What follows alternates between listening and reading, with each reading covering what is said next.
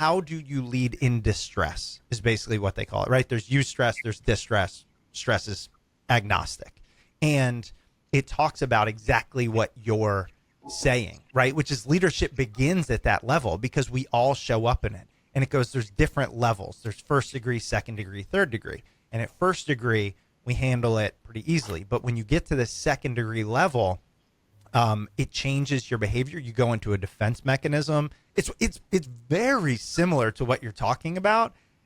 And now I just have to dig in and find the relationships. I got to learn more about your work. Like, sidebar. I just had to tell you that. It's fascinating. No, I think, I just got back from Philadelphia and I was doing a talk for a private equity firm. So I was speaking to 150 C-suite leaders of some of the most innovative, successful companies on the planet. And I was talking about the neuroscience of extraordinary teams. And I think a lot of us want to build exquisite relationships, right? Like in our workplaces, in our homes. So I broke it down into like basically four things. And one of the things I talked about in there is obviously this idea of who do we become when we don't like the way our bodies feel. Yes. So a perfect example of this is, so here, I'll tell you the first piece I talked about. I broke it down into these points. One of the points was, when it comes to constructing powerful relationships, you can be right or you can be powerful. You cannot be both. Remember how I said at the beginning of our conversation, you got to pick a more powerful pain? Yeah.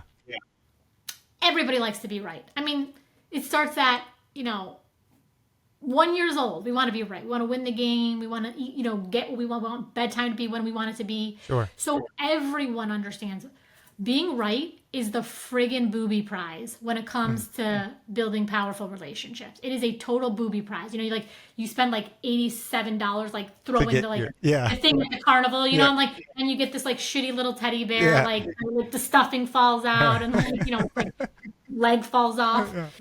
So here's the whole thing about being right. You're trying to be right in the context of a relationship because you think that being right is going to bring you something vis-a-vis the relationship. Being right, insisting on being right, just destroys the very relationship. So if you, and I've seen this happen so much on teams and in obviously in our marriages too, and in organizations, it's like, it doesn't feel good to not be right. Everybody gets that. So can I sit with that pain in my body, that distress, to use your term, so that I can build something far more glorious, far more expansive, and far more effective? Yes. Yeah. But I can only do that to the degree that I am emotionally powerful enough.